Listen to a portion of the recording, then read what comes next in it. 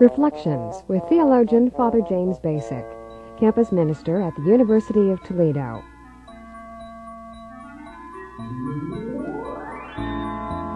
It would seem that we in the United States sort of most embody this Protestant spirit, this work ethic that Max Weber analyzed. In fact, it's interesting in his book that he used Benjamin Franklin as the representative figure for this whole outlook.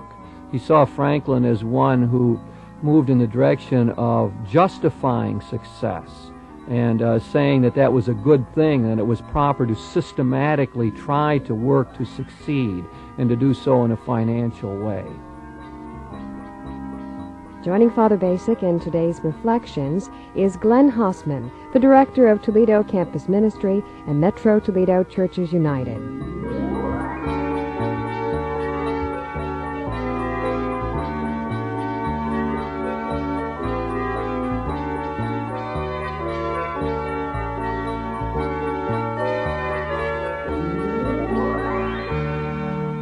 Today's Reflections focuses on the topic of work and the success ethic. Here's Father Bacik. Glenn, I want to thank you for being willing to come and take your valuable time and speak with me about serious matters. I can remember one time before that you and I interacted, and it was to do with the multinational question. Do you remember that conference when we worked together? Yes, Jim, I do remember that. It was an exciting time, and I hope this afternoon will be just as exciting for us. Well, let's hope so. Let's talk about the question of work a bit. And I'd like to center on the notion of what we've commonly called the Protestant ethic, or success ethic in the United States. And I'm thinking back to the classical analysis that Max Weber did of all of this. It's become sort of famous, where the Protestant ethic and the spirit of capitalism was the name of the book. And Weber's thesis was that the Protestant Reformation, especially the Reformed wing of that, the Calvinistic brand of Protestantism, had a lot to do with furthering the capitalistic system. That the Calvinistic outlook, which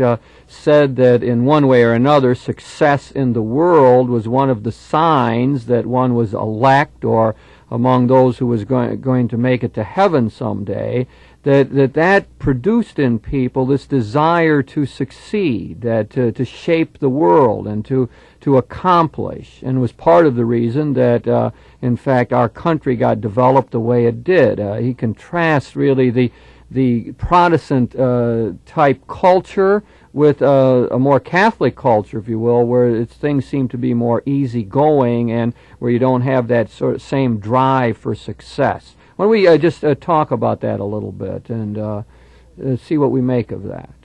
I think that's correct, Jim, and that the whole notion of a Protestant work ethic as it relates to the success syndrome was very much and is very much a part of the history of this country. It actually comes out of the needs of the Industrial Revolution in Western Europe, as there became increasing needs for people to run the machines and to be on the assembly lines and to be in the factories.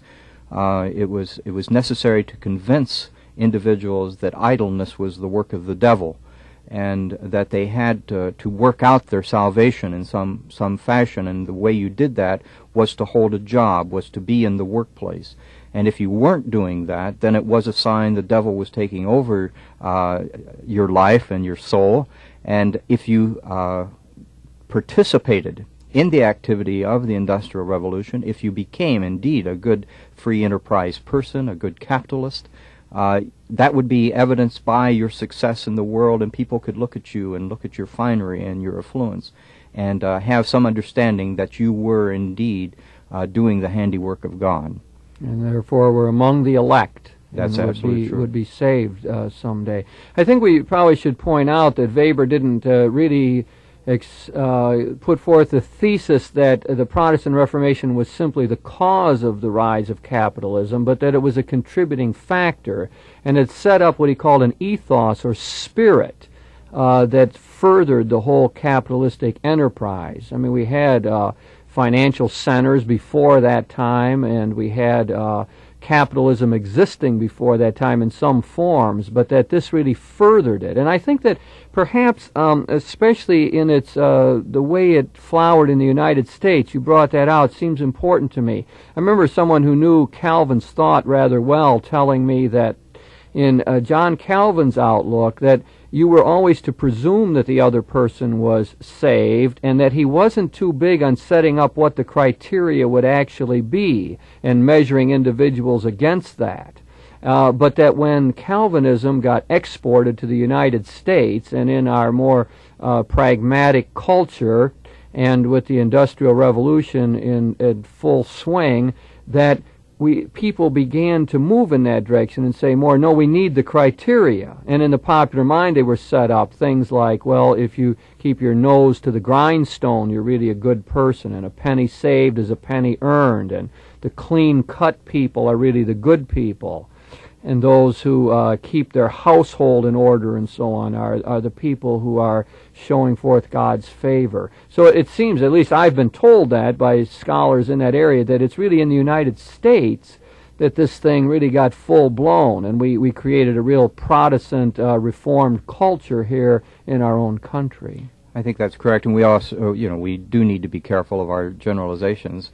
Out of my own tradition, in John Wesley, his thought, he had a little quip that he used to share with his constituents. You earn all you can, you save all you can, and you give all you can. That fit right into the Calvinist thought. John Wesley was a type of a Calvinist, even though he attacked some of their, particularly the predestinarian views. But he brought that into the societies. The early Methodists, who were on the frontier, riding with their saddlebags with the Bible, and often the Protestant worth ethic in the other hand, spread that through the early frontier.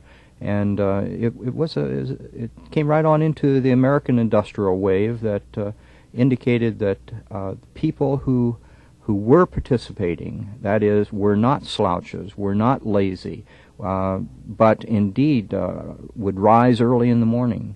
4 o'clock was not unusual to rise early in the morning and have prayers before you went to the workplace. And then this energy that was spent on convincing people to save, all of that played into building a kind of an elite, small group of workers who gradually became affluent, and that became a real problem in the early frontier church. That is, as you worked and as you saved, you became indeed a part of that American dream of pulling yourself up by the bootstraps, and you did succeed. Mm-hmm. And it was shown by the outward signs of your purchasing power, and thus the whole consumerism thing began to emerge out of those early theological rubrics of being the worker. It's funny how important theological notions seem to be very often. I think people are often not aware of the way that religion really is the substance of the culture, as Paul Tillich told us, and that the way theological notions do have great influence on the way cultures run and the kind of outlooks that people bring. And we probably get a feeling for this if when we travel, those are able to do that or have done it, to a Catholic country, when Americans go like to Spain, for example, or to Italy, where life seems to be so much more leisurely, and where they shut down in the middle of the afternoon and take a nap. Things like that. People are sauntering around, and nothing seems to run very efficiently according to our standards and so on. I think it's at times like that when one maybe gets a little feel for the really distinctive character of our own culture. I think it's also true to some extent that we have to take into consideration the melting pot idea, that many of the Catholic immigrants who came to the United States, I think, sort of took over some of that work ethic. I mean, the Catholic immigrants came into a predominantly Protestant country, influenced by this Calvinistic thought that we're talking about, and I think very often bought into that side of it. So I think you can know Catholic people who are just as much into the work ethic as anybody else. Even though you would see their counterparts maybe in other countries in the world in their own setting and find them sort of in this more reduced pace, and where leisure seems to be a more important element of their lives. I think that's absolutely true. That as the constituents in this country moved from the understanding theologically that work was the way to salvation. It was some indicator of your spiritual strength. That gradually became more and more secularized as a mechanism of the capitalist way of life. That it is now interesting to see that you've lost that distinction between Catholic and Protestant in this country, at least, as a kind of civil religion has taken over. I wouldn't say that outside this country, though, from my observation, that it was just in a part of the Catholic country areas where you find this leisure. I discovered it in Africa as well. It comes more out of an understanding of your participation in the whole of God's creation, if you want to put it in that language, or your participation that all things around you in your environment are to be taken in, and work is really secondary to your involvement in the total environment around you. You found that in Africa when you were there. Why don't you just say a little bit more about that, and what country you were in, and so on? Well, I was in Liberia, and pretty much over the entire country, and it was my distinct impression that the American mentality was very foreign there in terms of getting things done, achieving things, planning things, organizing things. In fact, probably because of the difficulty of communication and transportation itself, things slow down. There's an easier pace of life, and there's not the uptightness or the rigidity there that you feel around achieving a particular agenda, whether it be work or simply planning a meeting or organizing a meeting. And I suppose punctuality wasn't a great point either. Huh? Punctuality is defined as an event occurs, a conference begins when you arrive, and that doesn't matter whether you're if a day is set or an hour is set. You may arrive 6 hours later or a day later, but the event then occurs for you, and there's not that urgency for everyone to be there at the same time and for an event or a conference to take off at the exact same moment for every person involved. So it would seem that we in the United States sort of most embody this Protestant spirit, this work ethic that Max Weber analyzed. In fact, it's interesting in his book that he used Benjamin Franklin as the representative figure for this whole outlook. He saw Franklin as one who moved in the direction of justifying success, and saying that was a good thing, and it was proper to systematically try to work to succeed, and to do so in a financial way. And I think that maybe highlights this notion that we're bringing out again, is how much we in this culture, whatever our background or traditions, are immersed in that idea. Absolutely. You can see the transition taking place from the early New England Puritans, whose emphasis was on the call, the vocation. And it was because you were a called person that you had this necessity in your life to be the best steward God had in the vineyard. And it was not for the particular purpose of accomplishing anything except your salvation. Ben Franklin comes along then and places an enlightenment kind of imprimatur on this, and suggests that not only are you called by God to be in a particular vocation and work situation, but that work must be useful. It must have a utilitarian function for the good of all society, and that is all of God's plan. And so this whole notion then of usefulness of work comes in, and if you aren't working, you as an individual then indeed become useless, and that begins to cast upon your whole character then as an individual. You get up, you go to work, you produce things that are useful to the totality of society. If you don't, then you are a drag on society, you are a dredge, you are a cast-off, and indeed you are visibly then the instrument of the devil. No, that brings up a number of points in my mind, one of which is the way that this work ethic has often been used to marginalize people or to put down people who are not successful. I think it's been greatly at work in our debates over the welfare system, for example, because I think there is built into this notion, as you suggested, the corollary that those who are not successful, who are poor and not sharing in the earth's riches and so on, are somehow bad people, that they are properly being punished because they are inherently lazy, or that they won't work hard, and so on. And we still get that notion in the debates on the welfare system, surely, where the whole idea is that, well, we're just doling out this money to all these lazy people who won't work anyway. I think often missing the idea that the majority of people who are on welfare are either too young to work or too old or are disabled in one way or another. But you hear that in common conversation yet.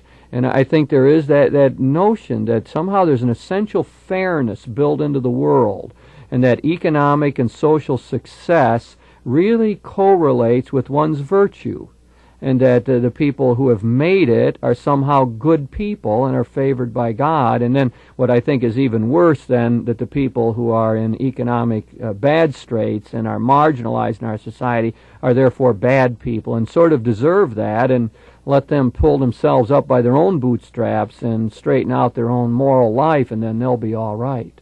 You have characterized very well, Jim, I think, the myth of work in our society up until about 2 years ago. And then things began to change when it became very obvious that millions and millions of America, at what level we call the middle class of America, began to find themselves unemployed, not just for a short period, but maybe as much as 6 months, some even as long as 2 years or longer. And then the myth begins to change a little bit, that there must be something inherently wrong with the system that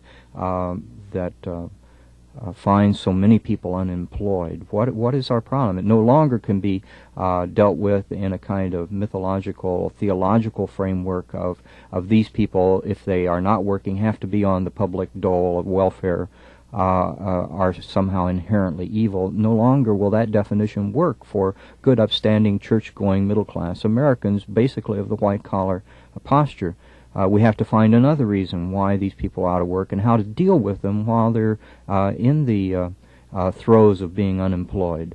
And this becomes a whole new ministry for the church that was never realized up until the last couple of years or so. Yeah, you've really put your finger on an important problem, especially in our own area, since we have something like a 12% unemployment rate right now, and so we have so many thousands of people who are suffering this. But I wonder if it doesn't work in another way as well, and that is the people who are unemployed. I think very often, instead of thinking that the system is messed up or somehow, often have the psychological problem of feeling that indeed they are worthless, that indeed that somehow they don't count or matter anymore because they are not gainfully employed. In other words, think of how hard it is for a man to not be able to put the bread on the table, or not have the pride in receiving a paycheck, and to receive public assistance and so on. I think very often perhaps the same interpretive scheme is at work. That is, the person saying to himself, I must be bad because things aren't going my way. You and I both in our counseling know that very often when things go badly with people, their instinctive response is, what did I do wrong? How did I fail morally? And I wonder if that isn't happening with a lot of the unemployed, unfortunately. And part of our ministry, as you suggest, certainly would be to bolster them up and try to help people to maintain a sense of worth and dignity in the midst of these terrible economic times. But I'm afraid that it's the myth is still there in a way. I'm not sure it changed really. But people see it from the other side, from within now. And instead of pointing the finger at those other bad people in the ghettos, now it begins like, geez, what's wrong with me? I don't measure up.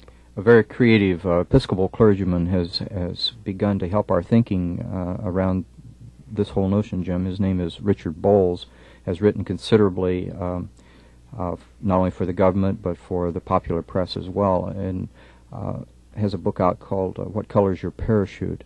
And it's a little manual on how to go about the job hunt, basically. But he says in the opening sections of that book, this is exactly what happens, is that the moment you receive the pink slip, the moment that you receive the announcement, whether it's across the desk by a phone call or by by an impersonalized computer notice that you are unemployed and will not have a job to go to Monday morning, immediately a sense of depression sets in, depression like you've never known before, because this has attacked your essential understanding of your worth as being a needed person.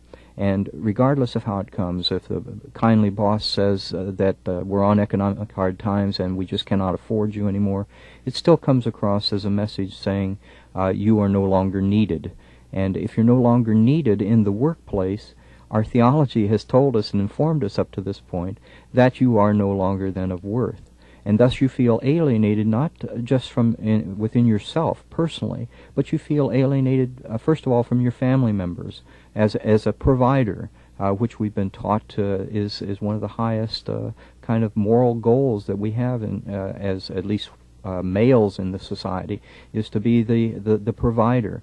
And when that goes, then what is our purpose in life? And it really gets down to basics pretty quickly, to an understanding of, am I a worthwhile human being? Should I even consider living any longer, particularly if the unemployment goes on for a considerable length of time? You know, Glenn, as we begin to try to respond to that, I think it's important to realize that our Christian heritage, which we share, has something to say to this. I think an important part of all of this is that we not identify ourselves just with our work or with success, that we have to foster the notion in the culture as a whole that we humans are worthwhile just because we exist, that we have an inherent dignity, that we are called by name by our God, and that we are not to be identified simply with our work.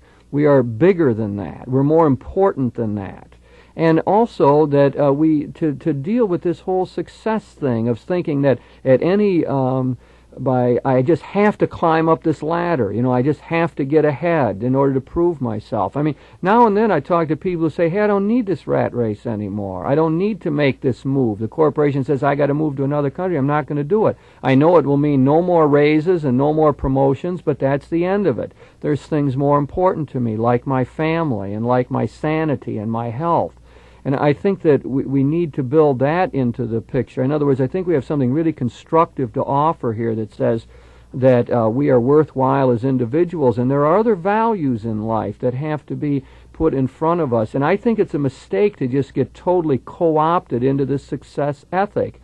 I think there's a distortion of the Christian message in all of that as it's been popularized in our own country, and that a real Christian outlook says no, that life needs to be lived wholly, that we have various dimensions to our human existence, and that we have to cultivate all of those if we're really going to be full persons.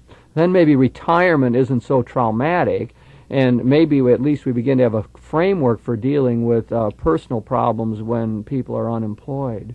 Absolutely, Jim. You've characterized it very well again. I would say simply that the Church has been slow to recognize its role in the whole unemployment question, in the whole issue of the workplace and what that means to us. The Church now is beginning slowly to come on board with some major treatises and documents that are giving positions of the various denominations on work and the Christians' response to that.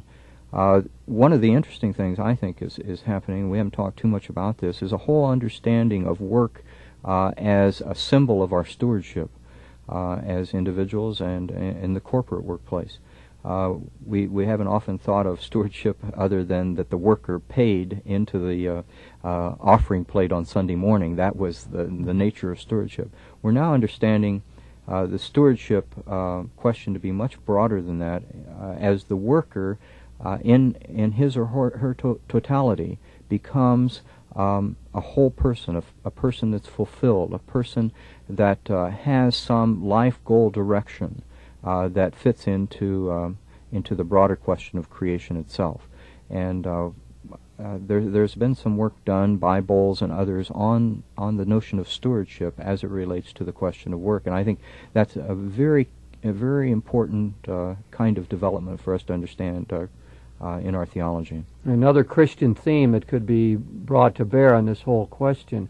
There's a counterpoint here that we're not going to have a lot of time to develop, and that is that some claim that a lot of people in the United States have not bought into the work ethic, that really it most fits the white-collar workers, the more affluent people, and those are the people who are really trying to climb this ladder. And that a lot of blue-collar workers, factory workers, and so on, have really never quite bought into this Protestant ethic the way we've been describing it.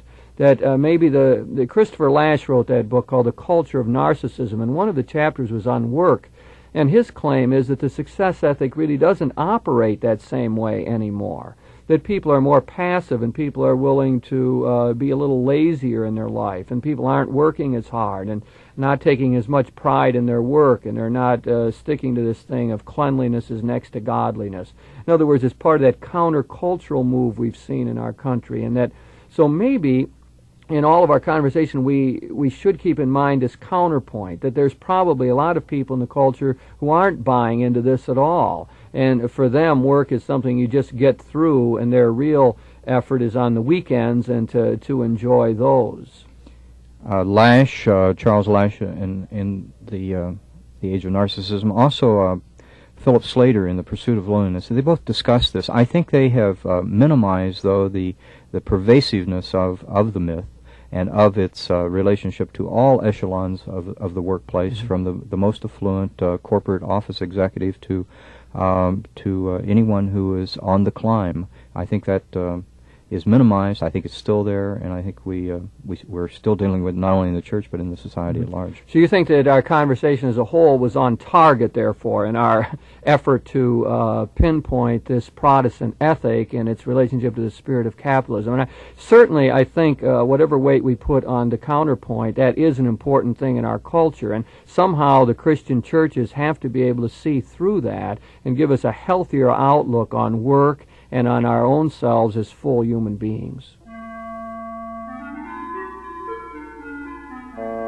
You've been listening to Reflections with your host, theologian Father James Bacik, campus minister at the University of Toledo.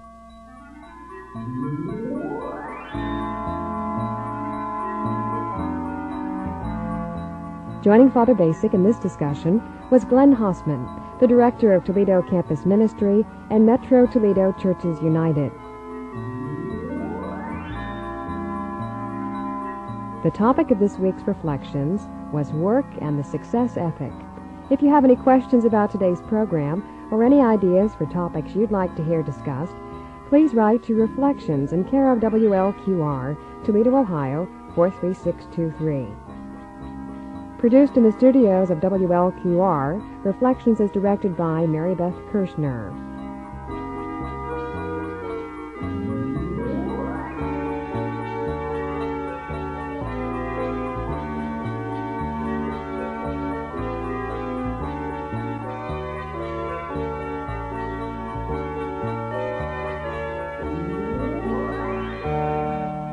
Reflections is brought to you by the Genesis Radio Network.